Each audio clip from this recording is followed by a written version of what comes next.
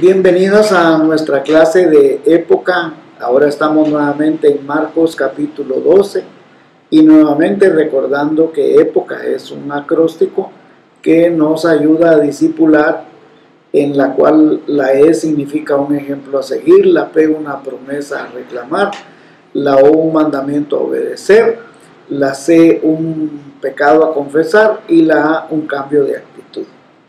Vamos a orar y deseo de todo corazón que allí en su casa usted pueda crecer espiritualmente.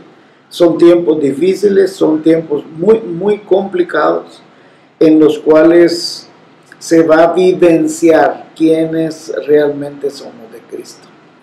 Son tiempos en los que debemos vivir nuestra fe con compromiso y con una vida de buen testimonio. Vamos a orar. Amantísimo Padre Celestial, te damos gracias por la oportunidad de poder estudiar una vez más tu palabra. Tu palabra es buena, perfecta, santa, maravillosa. Te rogamos, Señor, que sea de bendición tanto para nosotros que la estudiamos, la impartimos, como para las personas que la van a recibir en las casas por medio de los líderes.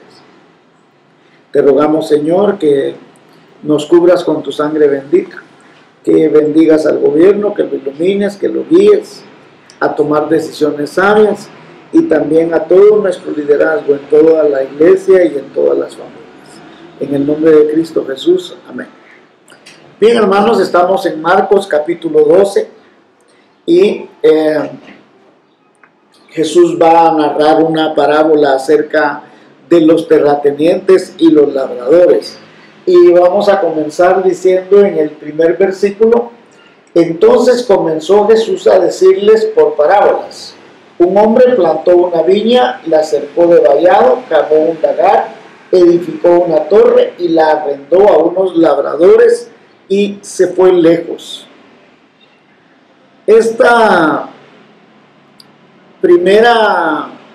Primer versículo tenemos aquí un ejemplo a seguir. ¿En qué sentido es un ejemplo a seguir? La historia que Jesús está narrando es de un señor que construye una viña. Entonces nos da a entender que es una persona trabajadora, que es una persona emprendedora, que es una persona laboriosa. El arrendar significa que es una persona productiva, que desea tener diferentes formas de recibir beneficios, toda vez que él construye la viña y luego la arrienda. ¿Por qué lo hace? Porque seguramente tiene otros negocios. Entonces es un hombre trabajador, y es interesante que aunque mucha gente dice que no debemos estar preocupados por el dinero, que no debemos estar preocupados por el trabajo, pero si ustedes ven ahora mismo, en vez de estar sentados solamente esperando a que el maná caiga del cielo, nosotros pudiéramos estar pensando de qué otras maneras podemos ganarnos el dinero. Hay gente que está haciendo mascarillas y está saliendo a vender a la calle. Hay otras gentes que están ofreciendo comida en las casas, van a tocar puertas. Mire, si quiere esta Semana Santa, recuerdo que fuimos a comprar con mi esposa huevos a un depósito, y la señora inmediatamente le dijo, mire, le dijo, yo mañana voy a hacer enchiladas, voy a hacer tacos, voy a hacer, con mucho gusto yo hasta los voy a dejar a su casa. O sea, es gente laboriosa, es gente que busca la forma de ganarse la vida. Y es interesante que Jesús narre historias de un hombre trabajador, que es un hombre productor y que de alguna manera es un hombre rico. ¿Por qué? Porque dice que construyó esto y se fue lejos, dice, y dejó ahí el lugar. ¿Y por qué demuestra que es rico? Porque también, digamos, mandó varios mensajeros, varios emisarios. ¿Qué enseñanza tenemos acá en este primer versículo? El arrendar tierras en tiempo de Jesús era una práctica muy común, y especialmente en el área de Galilea. Un problema muy común era que mucha gente no tenía sus títulos de propiedad en orden, por lo que se volvía un problema a la hora de reclamar la propiedad de las tierras. Entonces el reclamo de tierra se volvía una práctica en la cual muy difícil poder comprobar quién era el verdadero dueño. Y en algunos casos, si la persona llevaba más de 3 años produciendo y cosechando la tierra, y no aparecía ningún propietario, él podía reclamar la propiedad de la tierra. ¿Por qué aclaro estas cosas primero? Por el trasfondo de lo que aquí nos va a enseñar nuestro Señor Jesucristo.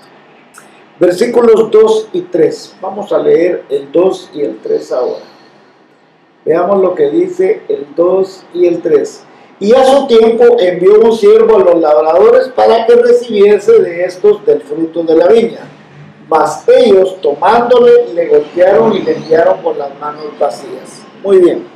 Aquí hay un pecado a confesar, porque es evidente que estos arrendatarios estaban robando porque no querían pagar lo del arriendo. Era algo que habían convenido con el dueño de la tierra. Y debido a que el dueño se había ido lejos, ellos pensaron que podían tomar el dinero sin más ni menos. Y hermanos, así muchas veces nosotros actuamos pensando que Dios no está viendo en cada cosa que nosotros hacemos o decimos o dejamos de hacer. Pero Él en su momento va a actuar, hermanos. Muchas veces nosotros creemos, sí, Dios está tan lejos, sí, Dios a mí no me contesta. Y muchas veces actuamos de manera insensible. ¿Qué podemos aprender de estos versículos? El dueño envió un emisario con el propósito de recibir los frutos que le correspondía de la viña. Y Jesús le está contando una historia a una audiencia judía. Y por otro lado, esta audiencia judía sabía que el viñedo era representado por el pueblo de Israel. Y eso estaba en Isaías, en el Antiguo Testamento, Isaías 5, 1 al 7. Por lo que los labradores representan a los gobernantes y a las autoridades religiosas de Israel. Vamos a los versículos 4 y 5, por favor. Veamos ahora lo que dice el 4 y el 5. Volvió a enviarles otro siervo, pero apedreándole le hirieron en la cabeza y también le enviaron afrentado. Volvió a enviar a otro y a este mataron, y a otros muchos golpearon, y a unos y matando a otros. Nuevamente aquí encontramos un pecado a confesar. Acá tenemos el endurecimiento del corazón, porque muchas veces sabemos que estamos haciendo mal, pero seguimos haciéndolo. También es un pecado a confesar porque el pecado ahora ya lo empezaron a hacer de continuo. Y note usted que el pecado va en aumento. Primero golpearon al primero, lo afrentaron, dice. Al primero lo afrentaron, ya al segundo lo golpearon en la cabeza, ya a otros ya mataron. ¿Qué significa? Que el pecado va en aumento, hermanos. La primera vez nosotros hacemos las cosas, es poquito, decimos. Si esto no se va a notar, pero el problema es que nuestra alma se va corrompiendo, nuestra alma se va acomodando al pecado. Así es igual cualquier pecado, hermanos. Uno va subiendo el calibre, va subiendo la temperatura del pecado. Así ocurre en la mayoría de nosotros. Comienza en pequeñito y al tiempo nos volvemos muy, pero muy indolentes, hermanos. El propietario de la viña en realidad era un hombre muy paciente. Los arrendatarios muy insensibles a la paciencia y a la tolerancia del dueño. Y déjeme decirle algo, hermanos. Recuerdo, por lo menos esto ha pasado unas 2 o 3 veces en la iglesia nuestra. Recuerdo un líder de nuestra congregación que fue sorprendido en sus pecados. Y cuando platicábamos con él, él así, con mucha desfachatez, me decía: es que yo no lo entiendo a usted. Yo ya cambié, yo ya me arrepentí. No entiendo por qué tengo que reunirme a hablar con usted acerca de mis pecados. Porque estas personas probablemente si hubieran platicado con ellas, hubieran dicho: no, si nosotros somos los dueños, nosotros ya tenemos años de estar aquí. Y además, ¿por qué viene a cobrarnos? Si él no tenía interés, ¿por qué se fue? Entonces justificamos nuestro pecado. Los arrendatarios estaban burlando de la autoridad del propietario. Así pasa con nosotros cuando no reconocemos la autoridad espiritual de los que nos son enviados para señalarnos nuestros pecados o pedirnos cuentas, hermanos. Y muchas veces en la iglesia Dios te envía a alguien a pedirte cuentas. Sigamos con los versículos 6, 7 y 8. Por último, teniendo aún un hijo suyo amado, lo envió también a ellos diciendo: tendrán respeto a mi hijo. Mas aquellos labradores dijeron entre sí: este es el heredero, venid matémosle y la heredad será nuestra. Y tomándole le mataron y le echaron fuera de la viña. Muy bien. Aquí, para comenzar, hay un mandamiento a obedecer, hermanos. Y el mandamiento es el respeto al hijo.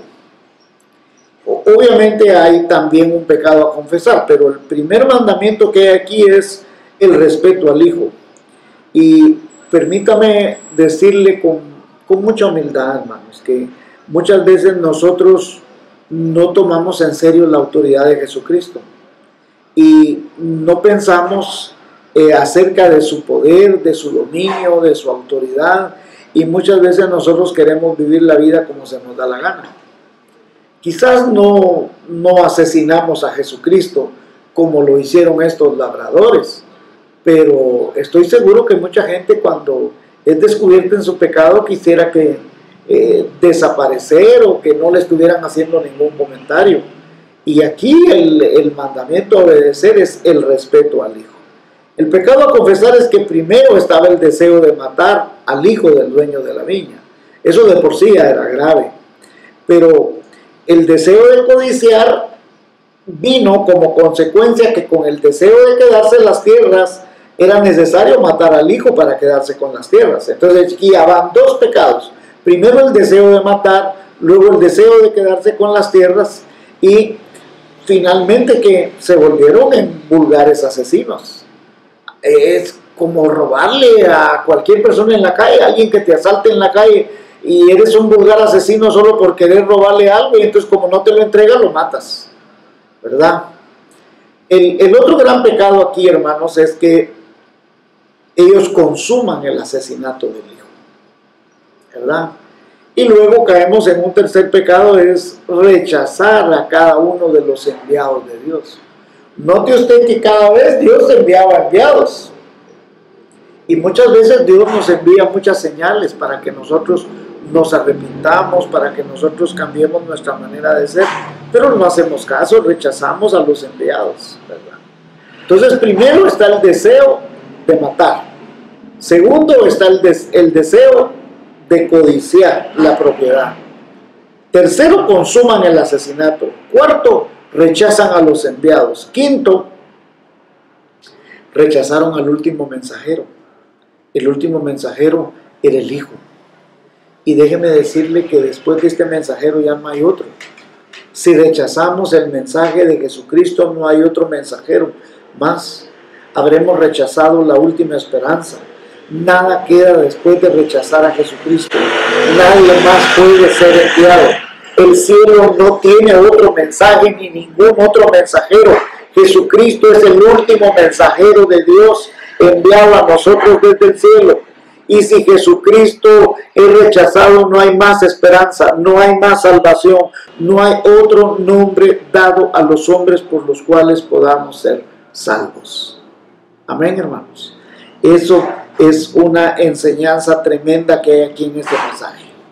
Muy bien, ahora vamos al versículo 9, donde Jesús va a aplicar la parábola. Aquí les hizo la enseñanza. Claro, los líderes saben que es de ellos que está hablando, pero ahora veamos la aplicación de la parábola.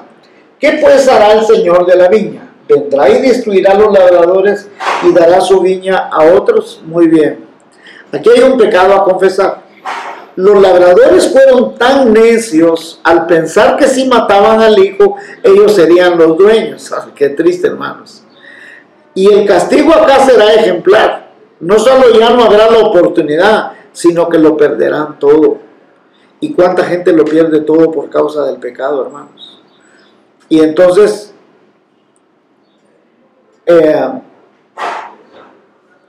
quizás también tengamos una promesa a reclamar. El hecho de que a quién le va la viña, ¿verdad? Entonces, quizás somos nosotros los poseedores ahora de la viña. Número 10, vamos al versículo 10, por favor. Ni aún esta escritura habéis leído. La piedra que desecharon los edificadores ha venido a ser cabeza del ángulo. Aquí, hermanos, en este versículo 10 hay un pecado a confesar. Y el pecado a confesar es que rechazar al Mesías fue un pecado imperdonable.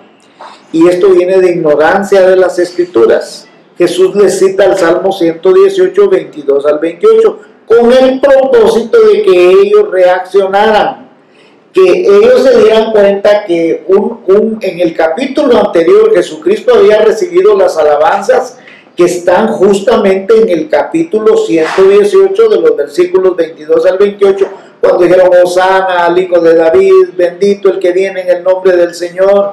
Y también en este mismo capítulo del Salmo 118 está ahí estas mismas palabras: no habéis, ni aún esta escritura habéis leído, la piedra que desecharon los edificadores ha venido a ser cabeza del ángulo. ¿Por qué Jesús los mandó a leer ahí? Porque ahí mismo está el Hosana, bendito el que viene en el nombre del Señor. O sea, ignoráis las escrituras.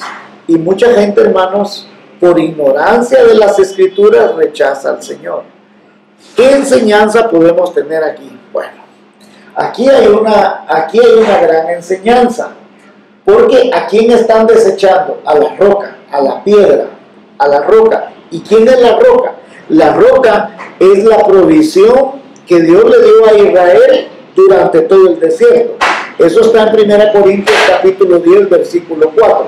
También Jesús es la roca de tropiezo, según 1 de Pedro 2:8. Y Jesús es la roca la cual despedaza los reinos de este mundo, de acuerdo a Daniel 2:45. Ahora, ¿por qué Jesús les está citando todo esto?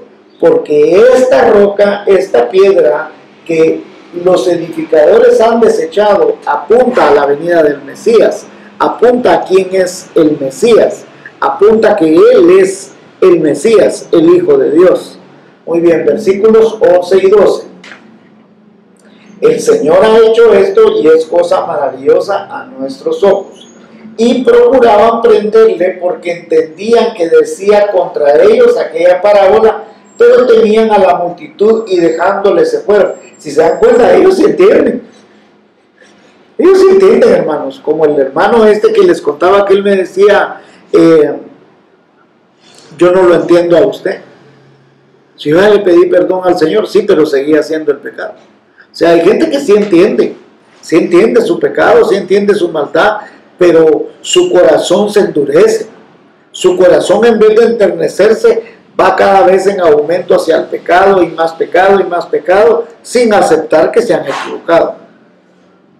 Muy bien, el Señor ha hecho esto y es cosa maravillosa a nuestros ojos. Y procuraban prenderle porque entendían que decía contra ellos aquella parábola, pero también a la multitud, dejándole, y temían a la multitud y dejándole se fueron.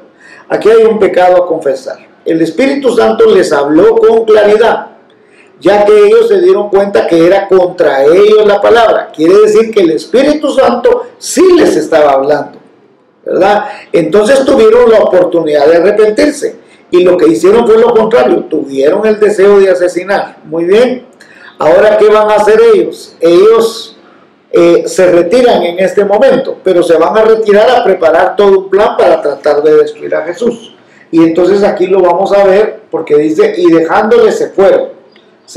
Y uno diría, que lo dejaron tranquilo. No, se fueron a preparar todo un plan para tratar de destruir a Jesucristo. Y vemos aquí el versículo 13 lo siguiente: y le enviaron, quiere decir que ya lo dejaron, pero aquí hicieron un plan. Y el plan que es, le enviaron algunos de los fariseos y de los herodianos. Estos dos usualmente eran enemigos comunes en Israel, pero ahora están unidos porque tienen un enemigo común que se llama Jesucristo. Y entonces ellos están unidos para que los sorprendiesen en alguna palabra. Aquí hay un pecado a confesar. El pecado a confesar es que hasta ahora lo que los mantenía alejados de hacerle daño a Jesús era porque tenían miedo de la opinión pública, ya que Jesús era muy popular y cada vez ganaba más seguidores. Así que, ¿por qué no probar otra estrategia? Hacer que la gente se aleje de Jesús y así poder actuar sin la oposición del pueblo, porque ellos sabían que si algo le hacían a Jesús, el pueblo se les iba a tirar encima. Ahora, es interesante que herodianos y fariseos se unen para tratar de destruir a Jesús. ¿Por qué? Porque ellos saben que Jesucristo es la piedra de obstáculo para ellos, ¿sí? 14. Vamos al 14. Vinieron ellos, le dijeron: maestro, sabemos que eres hombre veraz y que no te cuidas de nadie, porque no miras la apariencia de los hombres, sino que con verdad enseñas el camino de Dios. ¿Es lícito dar tributo a César o no? ¿Daremos o no daremos? Mire qué astutos estos hombres para su maldad, por supuesto, ¿verdad? Aquí hay una actitud a cambiar, hermanos. Primero ellos comienzan halagando al Señor, y el halago no es otro propósito más que tratar de destruir a Jesucristo. Ahora, permítame decirle que hay gente que le halaga a usted, pero le halaga con el propósito de ganar ventaja. Y permítame decirle que como cristianos nosotros no debemos exagerar el alabar a nadie, ni tampoco debemos recibir alabanzas exageradas de nadie. Hay gente que le gusta andar haciendo este tipo de cosas, pero aquí el Señor nos enseña que el espíritu de estos halagos tenían el propósito de destruir al Señor. Ahora, aquí hay un pecado a confesar. Es buscar hacer primero está el cambio de actitud de estar halagando a la gente o de estar recibiendo halagos.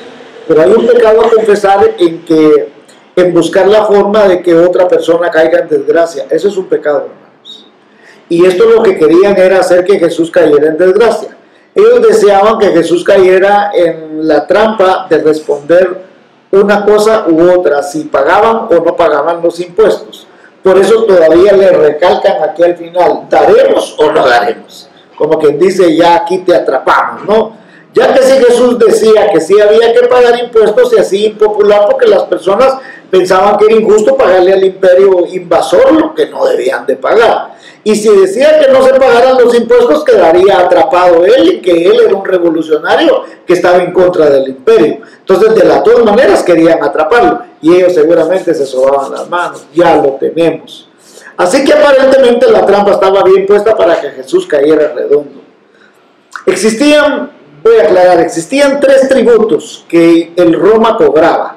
Y el primero era el tributo de piso. Imagínense, Roma cobraba un tributo de piso, que era el 10% del grano y el 20% del vino.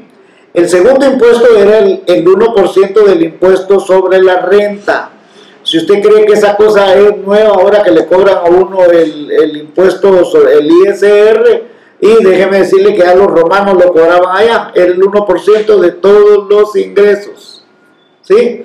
Y el tercero era un impuesto anual que todos los varones de edad de 12 a 65 años debían de pagar, y las mujeres de 14 a 65 años. Esto era el salario de un día. Quiere decir que tenían que pagar un denario, trabajaran o no trabajaran, tuvieran o no tuvieran dinero, ese denario se pagaba al año. Entonces vemos con claridad la maldad de ellos, provocando a Jesús: ¿daremos o no daremos? Según ellos, habían acorralado a Jesús y lo harían caer. Ahora, Jesús responde sabiamente a la pregunta del tributo.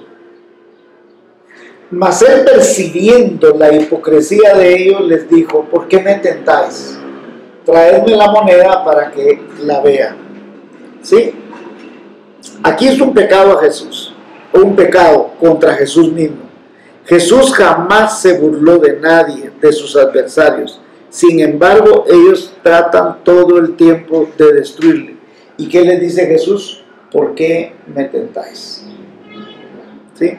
Y digamos, por otro lado, digamos que vemos un ejemplo en Jesús, porque pues no se pone a gritar, ¿va? Jesús no está gritando aquí, dice: traedme la moneda para que la vean. 16 y 17, veamos ahora 16 y 17. Ellos se la trajeron y le dijo, ¿de quién es esta imagen y la inscripción? Y ellos le dijeron, de César. Respondiendo Jesús les dijo, dad a César lo que es de César y a Dios lo que es de Dios, y se maravillaron de él. Muy bien. Aquí vemos con mucha claridad, hermanos, un ejemplo a seguir. ¿Y dónde está ese ejemplo a seguir? Que Jesús no se altera, Jesús no discute, Jesús no grita, probablemente se siente ofendido, pero no lo muestra. Y sabe qué es lo que quieren hacer con él. Ahora Jesús usa la sabiduría de Dios. ¿Qué enseñanza podemos obtener de aquí de esto? Bueno, la moneda que le enseñaron a Jesús era un denario. El denario tenía en una cara la cabeza de Tiberio. Tiberio era el emperador romano de turno. Y alrededor de la cabeza, ponga atención, decía César Tiberio, el Augusto divino. Y en la parte posterior del título de la moneda decía Pontífices Máximos. Esto declaraba que César era el sumo sacerdote del Imperio Romano. Mire qué interesante, pues. Dice que la moneda decía de César Tiberio el Augusto divino. O sea, la misma moneda decía que él era el dueño de la moneda, que él era el dueño del dinero. Y la misma moneda decía que él era el sumo pontífice, el sacerdote de todo el Imperio Romano. Entonces, cuando rechazamos a Jesús y estamos aceptando a otro, ¿qué estamos haciendo?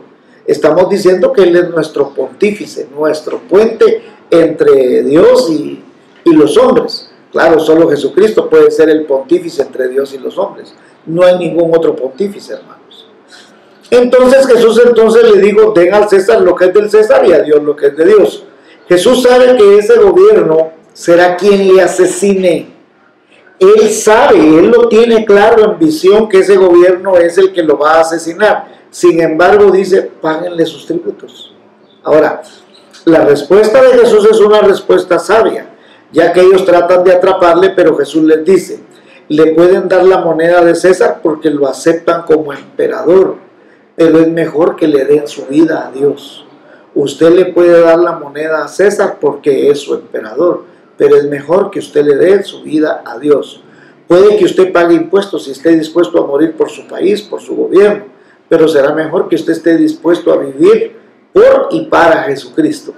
César no tiene toda la autoridad, hay cosas en las que no se le puede dar. Es Dios quien es el dueño de mi alma, de mi espíritu. Y hay dos imperios, un imperio terrenal y un imperio celestial, y uno decide a cuál de esos imperios obedece. Y entonces la Biblia dice, y se maravillaron de él. ¿Por qué? Porque no lo pudieron atrapar, hermanos. No pudieron atraparlo. ¿Y por qué no pudieron atraparlo? Porque la trampa estaba bien hecha. Pero ¿quién le puede ganar a Dios, hermanos? ¿Verdad? Y dice, y se maravillaban de él, pero no cambiaron. No, ni se convirtieron, por el contrario. Antes de asesinar a Jesús en la cruz, ellos acusan a Jesús en Lucas 23:2 de que él se negaba a pagar impuestos y que promovía que no se pagaran impuestos.